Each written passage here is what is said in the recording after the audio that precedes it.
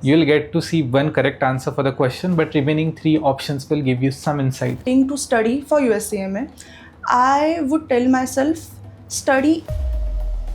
I had no idea what I'm doing with my career, but I thought, let's give it a chance. I used to solve MCQs while I was traveling through cab. So you should be in a position where you can answer for the right question. So I used to write down those statements, which helped me a lot. Like in the last prepare is, so Aditya sir told us, when it's your last day and tomorrow is your exam, don't study. Just go to sleep. But I just want something like 4 to 5 pages that I'll read. And before going for your real match, you kind of warm up outside. So similarly, why don't you just solve?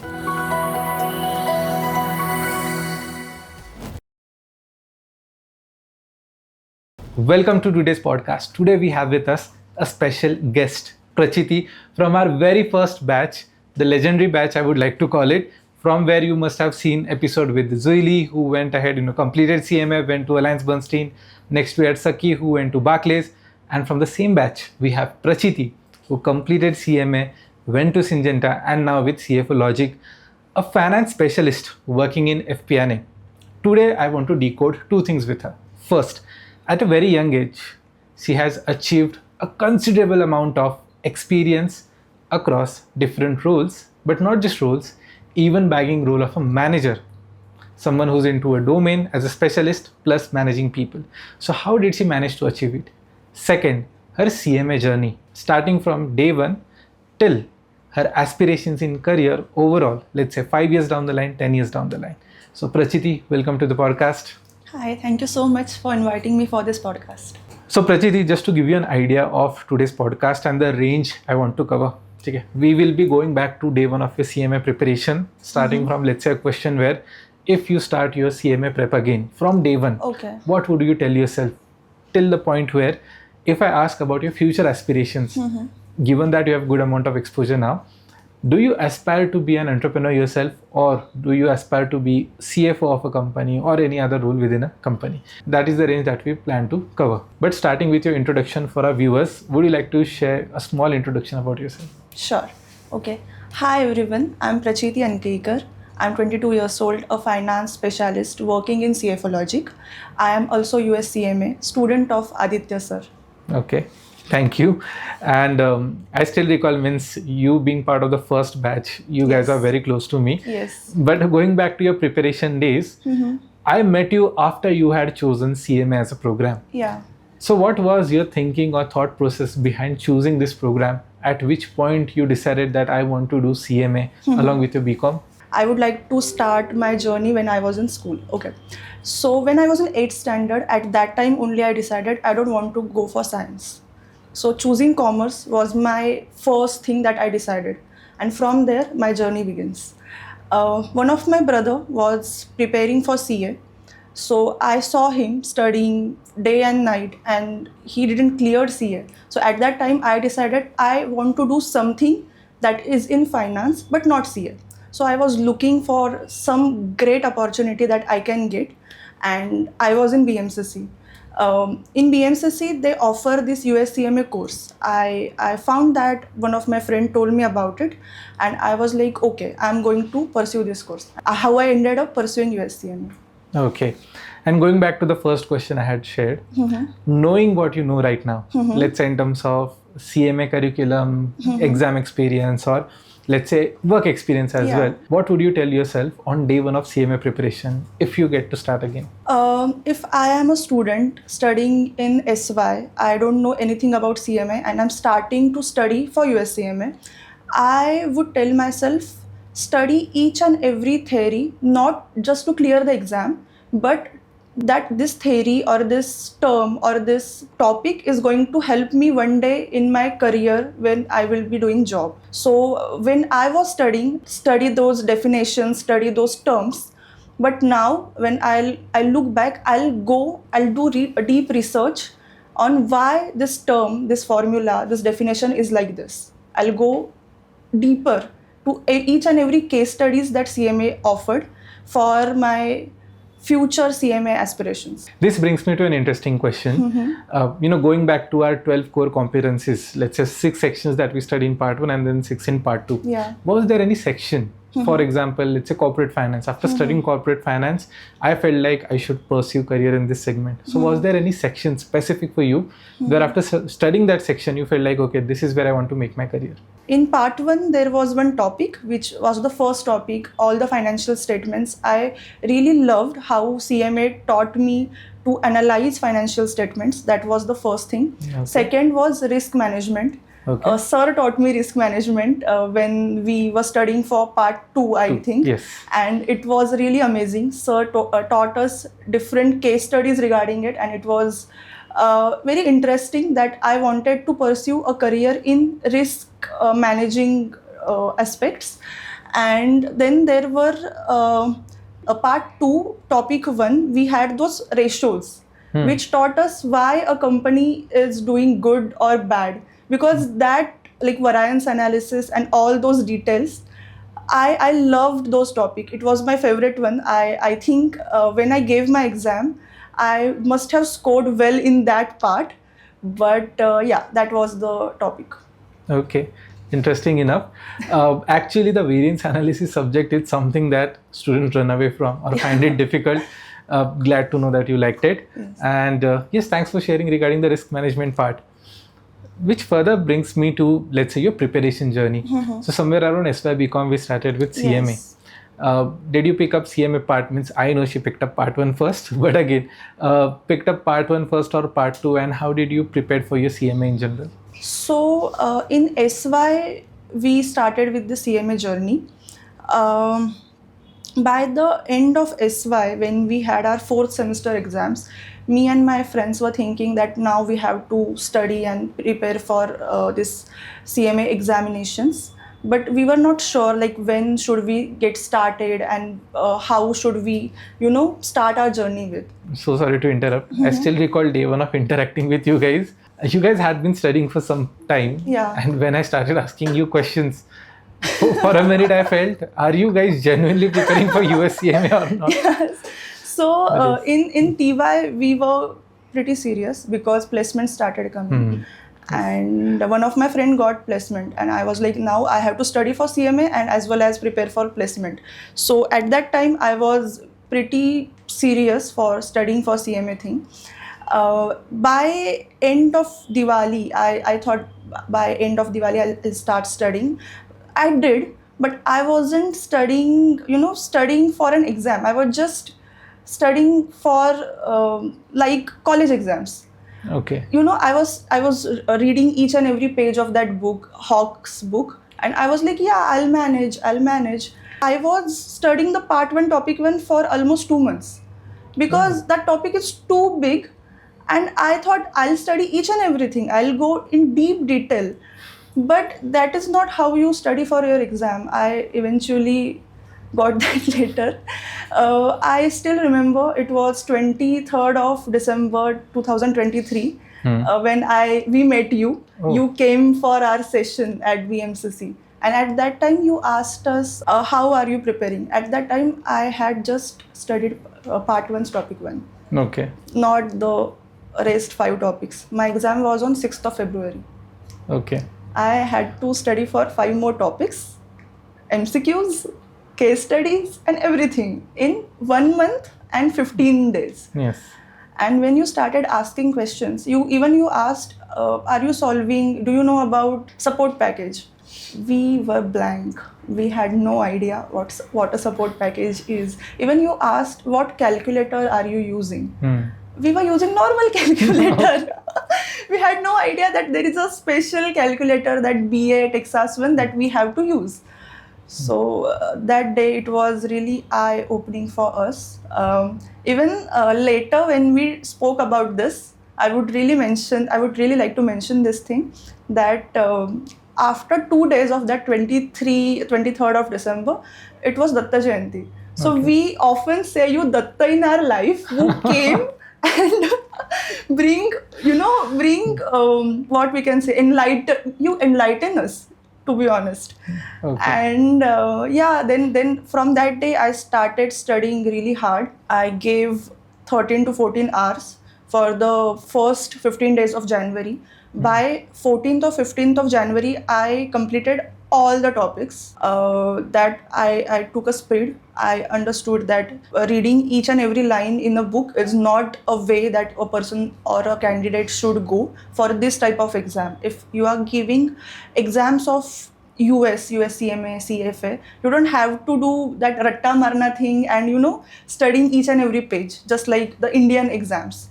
Then I understood that I go by the major concepts that I have studied in college exams as well. So I had a basic idea, but for this exams point of view, I started studying. By 15th of January, I completed my whole syllabus, you can say like that. In next 10 to 15 days, I completed all Baker MCQs. I completed all Hawk MCQs. Only I know how I did it. It was great journey, all-nighters, 2 hours of sleep, because we were not that much serious. I think we were still college students, and we did that. And in last 3 to 4 days, all case studies. So that was my journey in a nutshell. It's a concern for me because when I brought your story and before this even Sakit's story, both of you have just said, "Sir, 1.5 months and we have done CMA." That's true. And by the way, as a result of this, so one thing to add, a lot of students who watch our podcast, whenever I go to any, let's say IMA conference, SLCs, students come out and say, "Sir, we love your podcast, continue that." But as a byproduct of that, students have started coming up to me and saying, "Sir, can we complete CMA in just 2 months?" No. 2 months, 1 month, 45 days. And let me also highlight one thing. The college they are from, BNCC, locally it's one of the best college in Pune in terms of cutoff. Number one, it has the highest cutoff. These guys are really, really smart. So when it comes to getting to teach them, in a way it's my privilege that in my first batch itself, I got so bright students that all of them have passed in one go. And I still recall, the day your result was out, I went to our HOD, I was announcing everywhere, it's 100% result, everyone passed. But wow, amazing day. Now coming to main question that I think students would love to hear. If you had to break down your study process, can you break it down, let's say in terms of 3 steps, 4 steps, what exactly they need to do to pass US CMA? Basically, I think there are 2 types of people. One are who just read and one learner type of thing, that they know that what are they reading. But I am a type of person, I like to write. Whenever I study, I write it down. Whatever I'm studying, whatever I'm reading, when I write it down, I think it's like reading it 3 times. So that is what I do. Notes, like prepare your notes, make your notes. The thing that I did is I prepared 3 types of notes.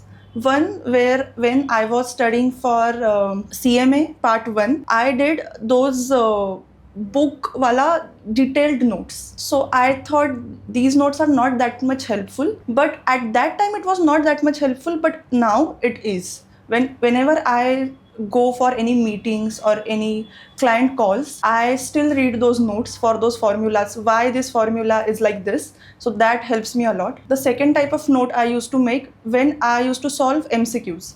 So under MCQs, there are 4 statements, why, like A, B, C, D, and it gives you why A is wrong or right. All those 4 statements have something in it that a question, all those 4 statements gives you detailed about that question. I just want to double down on this. I usually mention this in my class that one question is as good as practicing 4 questions. You'll get to see one correct answer for the question, but remaining 3 options will give you some insight. So you should be in a position where you can answer for the right question, but also explain why rest of the 3 options are incorrect or where do they fit in. So thank you for mentioning that. Yeah. Now, before going ahead, I have a message for you. I'm on a mission to build India's #1 institute for US CMA. So if you're someone who's planning to pursue US CMA and want to be part of our success story, want to give me a chance to build your career, then do consider FinStreet education for pursuing US CMA.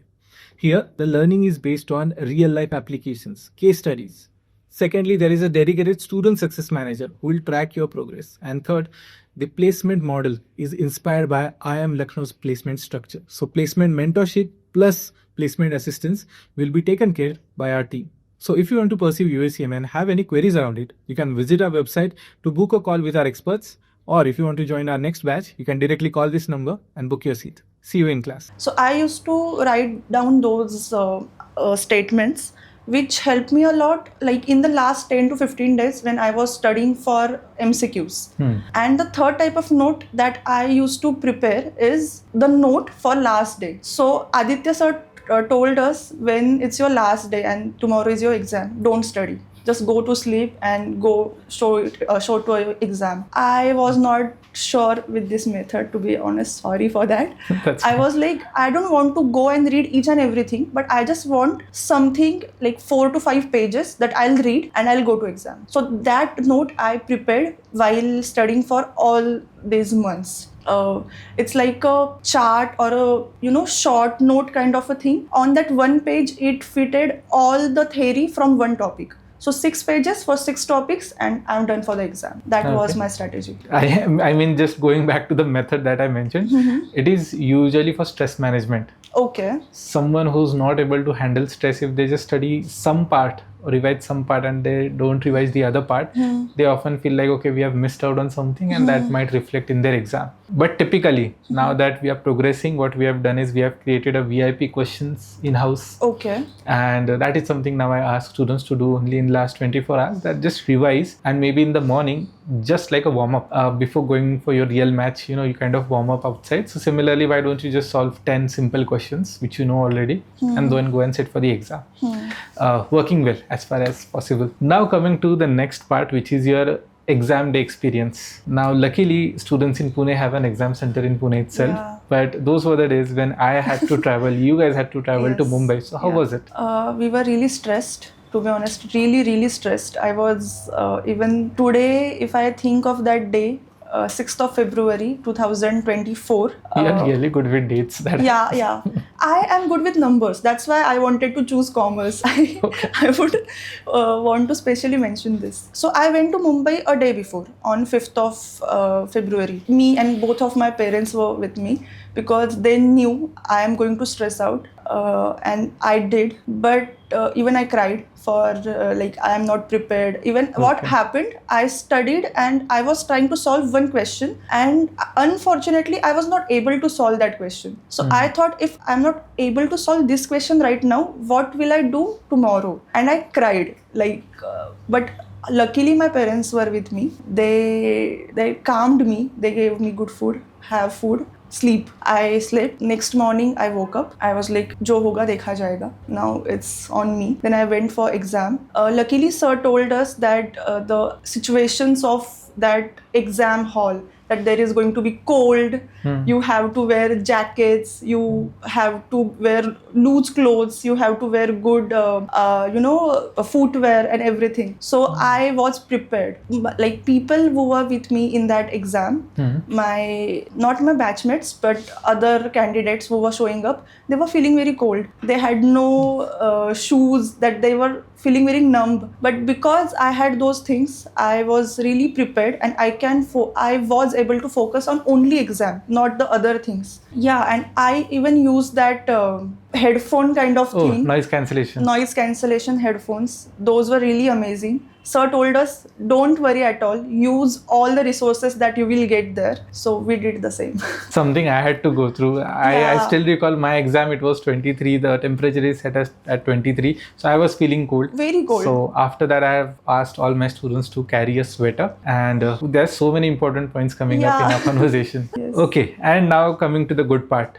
How did you feel after getting your result? Do you recall that day as well? It was 12th April 2024. So, on the day before 12th April, I went to Akkalkot because I was feeling very, tensed that I will not clear this exam. And the main point was, I will have to study again. I will have to pay again. That was a thing, but it's okay. But I will have to study again for all the subjects, all the topics, making the notes again, everything. Because of that, I was really stressed. But 12th of April, 7 or 8 p.m., I got that mail that you have cleared your exam. You got 420 marks. I was really happy. I was over the moon. I called sir I called you Yes. at that day that I cleared the exam. No worries. Now it's going to be party now. Now with this, we progress to the next segment, which is placements. Mhm. Now you are one of those few students who actually, even before completing your graduation, got an offer. Yeah. So would you like to share your experience in terms of getting selected in Syngenta? What was your role? Did CMA help you in this role? In the month of December 23, we got one message on our placement group that Syngenta is going to come for placements. I was really excited that a new company is coming. I had no idea what Syngenta did, so I did some research. I asked my seniors what is Syngenta, what did they do, and I got to know that they kind of mass hire. They hire 10 people in one batch. So I was really hopeful that I will get a job in this company. At that time, I was studying for part 1. CMA was a thing that I told my interviewer in that interview that I'm studying for CMA. I had a basic idea like what can they ask me regarding CMA or any formulas, any ratios that a CMA student should know. I studied that before the day of interview, and it really helped me with at that time. Even one of my interviewer asked me one thing. I still remember. He asked me something regarding discounting the invoice and everything. Yes. And I think in CMA we study that net 10, 210, net 30 concept.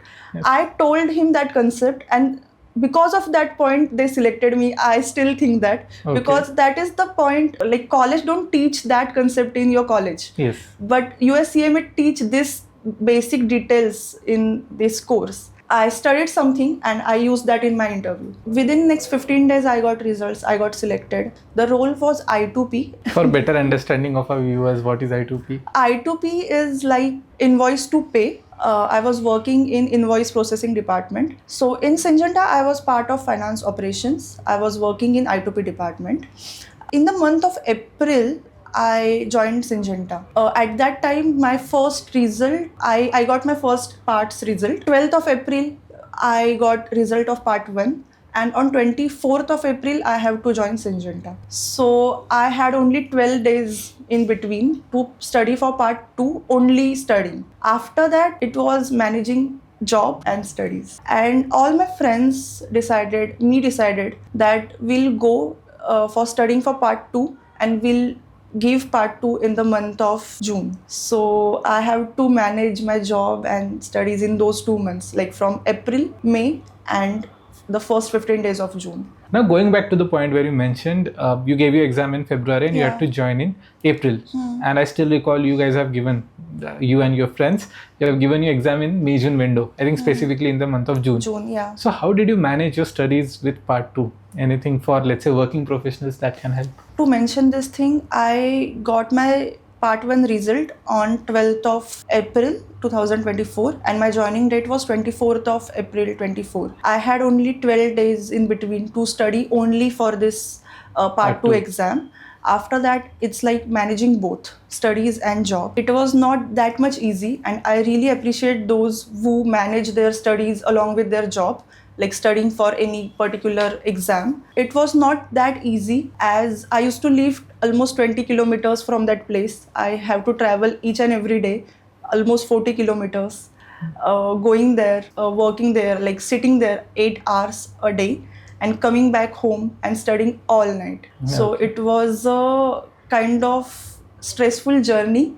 I would like to mention when I used to travel, I used to solve Baker MCQs while I was traveling through cab. Okay. Those theoretical topic questions, they don't need any much solving work or calculator. So I used to solve that when I used to travel. So yeah, like studying like this, I used to study when we had lunch breaks. All my other teammates used to sit differently and I used to sit somewhere else studying while having my lunch. Okay. So yeah, but it was very hectic. I enjoyed it a lot. And I think these are the small things which helps you stand apart. Yeah. And it's a sign of a pure hustler who knows how to put in the efforts, and I'm very happy that you did so. Which brings me to the next main question. I still recall that we had a quick conversation when you were considering a different role. You were planning to move ahead from Syngenta, and CFO Logic, an offer from CFO Logic was on the table from FP&A domain. And I was so glad. I always ask students that get started with the experience part, but the moment you see a role that aligns with US CMA, something worth considering. So what led you to change your role from Syngenta to CFO Logic? So I completed both of my CMA parts in first attempt, and I was really looking for a role where I can work from scratch, where I can use my CMA knowledge.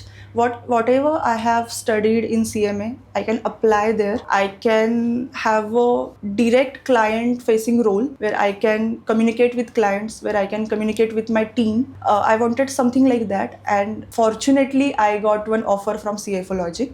At that time I thought, let's go. I had no idea what I'm doing with my career, but I thought, let's give it a chance. I had no idea what a FP&A person have to do. I was a fresher, 6 months working into Syngenta, but still a fresher. But I thought, let's go for it. And I'm glad you did so, because I'll tell you my experience. I've worked in an MNC and I've also worked in boutique firms or mid-sized firms. When you're working in an MNC, I'll take example of KPMG. Even though I was a consultant, I was part of a bigger puzzle. Even though we had a client whom we were pitching a strategy, a model, I was working on a very small part of the whole project. Different consultants would add their part, and then as a overall deck or strategy deck, you would send it to your client. But when you work in a small or mid-sized firm, good amount of responsibilities on you. You get direct exposure of interacting with the client. Plus you learn different aspects of business as well. I mean, overall it sets a better trajectory for your career ahead. So I'm glad you switched into a role where you are outperforming and shining as a star. But this brings me to the next point of your experience at CFO Logic. As a finance specialist, as an FP&A specialist, let's say if our viewers want to know more about what exact work do you do or what FP&A is, would you like to shed some light on this? So basically FP&A is like financial planning and analysis, where we have to prepare budgets, analysis, understanding why company did this and how will it work in future. So basically we work, like CFO Logic works for small and mid-sized companies where we provide CFO services to them. What CFO service is for this client is tell our clients how they did and what should have they done and what should they done in future. That is what we do. That is what a FP&A person should do. That person should have a great understanding of financials, financial statements and numbers. That is all about FP&A. Actually, I've recently observed this CFO virtual services or virtual CFO services picking up. Some time back, we got a full-time CA on board to take care of our compliances for FinStreet and other firms. Interestingly, he also pitched us virtual CFO services. And I started digging in. I mean, what exactly do you do? What reports do you help me with? What insights do you help me with?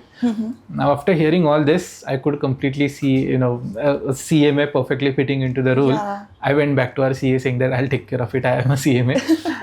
But yes, a very nice and niche point to target if you're, let's say, a young CMA chap who's looking for an entry-level role. Virtual CFO firms is a good point to start. Now, getting to the most unique segment within our podcast that you are performing really well. You are sharing that as a manager now, how you are managing different responsibilities, even when it comes to training youngsters or taking care of considerable, significant deliverables. Looking ahead for next 5 years and 10 years, what are you aspiring? Looking ahead, while considering this AI thing taking over, I would think that along with finance, I would also do some R&D. I would also do some study of this AI thing, AI projects, AI studying for this AI courses. In future, I would really love to work along with FP&A, along with finance. I would really love to work in the field of AI, where I would merge finance and AI, and at the end of the day, for the betterment of my clients' projects, to acquire more clients, to have more revenue for my firm and to get at a higher position. Okay, that's great to know. And I think this is a very sweet spot to even plug in that we are building AI and finance program in-house at FinStreet. We are done with the base version. Now we are working on an advanced version, and I would love to extend the access. You are our alumni. Yeah. The doors are always open if you want to pursue that or learn anything new in terms of AI. And coming to the most interesting or exciting part of the podcast now, we have a nice, given that we are concluding, we have a quick fire round or rapid fire round where I have set number of questions, and let's see how do you answer for the questions. Okay, coming to the first question, between CMA part 1 and 2, which one scared you the most? Part 1. Part 1. First time giving, so part 1. And this is the reason why I tell part 2 is much easier than part 1. Yeah. On any given day, what is the maximum number of hours you have studied? Peak hours. Peak hours, 14 hours. 14 hours in a day. Okay. Not in one sitting, but 14 hours. During your preparation days, what was your biggest distraction? Phone or Instagram. I deleted Instagram for 2 months. One word to express how you felt when you walked out of the exam center. Relieved. Relieved. Okay. Will it be CFO of an existing company or CEO of your own company? Which one would you prefer? CEO of my own company. Okay. One finance book or resource you would recommend our viewers to read? You can also highlight a movie, a podcast, anything that you like. I think CMA material is more than enough. The most underrated part of the CMA syllabus? Ethics. Okay, that's a good one. Actually, I would also agree. If you could go back and have one conversation with yourself on day one for your overall career of let's say 20-30 years, what one advice would you give yourself and which our viewers would also love to know? Don't worry, don't overthink, like everything is going to be fine. You are going to shine wherever you will go. So don't stress out yourself. Okay, that should be helpful for our viewers. Yeah. And this brings us to the end of our podcast. Once again, thank you so much for joining us. Thank you so much for sharing so much insights. Along with, to some extent, I'm feeling nostalgic, remembering all those days. And you have been one of those students who has been in touch consistently, helped us, helped our students with the placement part, sharing referrals, with the guidance part. And now you are shooting this lovely podcast with us. So thank you once again. Thank you so much for having me. If you have watched video till here, I'm sure you must have loved this episode. Make sure you press the thumbs up button. If you are new to the channel, do subscribe for such amazing content. Thank you for watching. As usual, I'll see you in the next one.